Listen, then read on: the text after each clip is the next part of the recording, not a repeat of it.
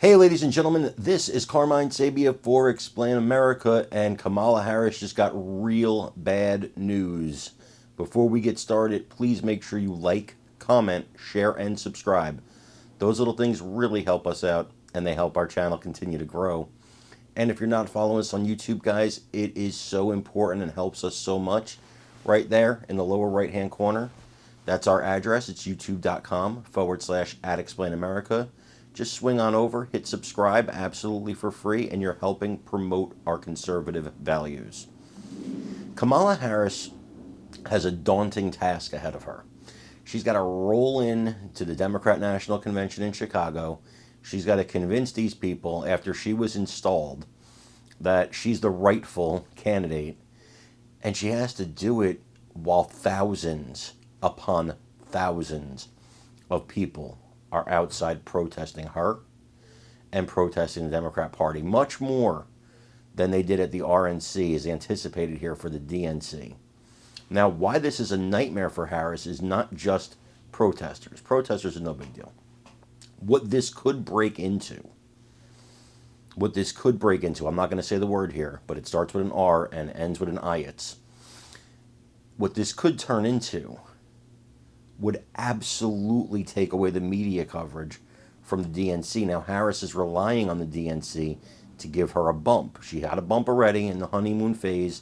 This is supposed to be another bump before we get to the meat, to the heart of the campaign. Well, if there's unrest in the streets of Chicago, that's going to take a lot of the media attention away from the coronation of the queen who got no votes. I want you to take a look at this video, talking about it and talking about how devastating it could be for Harris, and then let me know what you think in the comments.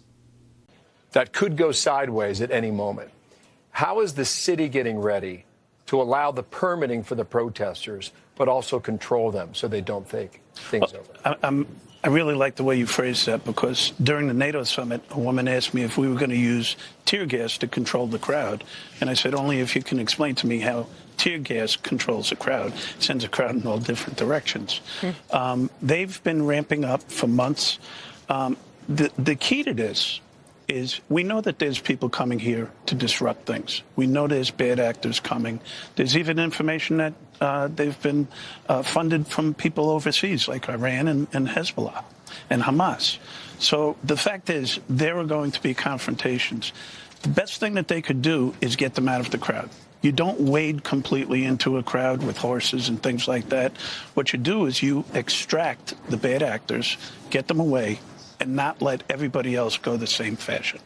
So it's not about what you've seen in the past with horses and tear gas and nightsticks. It's about getting those folks, getting them out and moving on with the protest. I was talking to Bill earlier about how there's a lot of comparisons to 1968. Right. And to go back and read that history and be reminded of things that I'd forgotten is interesting. But I think that there's such an interesting, different new element, and that is the technology, the ability for people to organize quickly based on a group text message that gets everybody going. How do police departments of modern day deal with that as we look back at this footage from 1968? We do the same thing. We have the technology. The other thing that we have, not just monitoring social media, open source, we can do it. It's constitutionally protected. But we have camera systems throughout the city that are monitored by the police. So we could see where groups are meeting. We could see where protests are going. And that's why one of the things that we did right in 2012 during the NATO summit was we had a ton of cops on bicycles. And the bicycles can get in front of the protests and be used as barriers.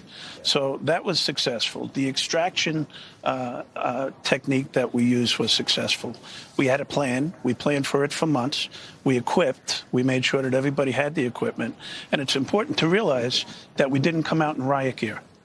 When I first got my first briefing on the NATO summit, they were talking about coming out in riot gear. And I said, well, do we want to riot? And they said, no. I said, confrontation begets confrontation. Yeah. So we came out in the checkerboard hats, and when it ramped up, we moved up to the next level with helmets. Then when it got a little bit crazier, that's when we came in with the riot gear. Here's the problem. Axios, one House Democrat telling Axios they are, quote, very concerned about the person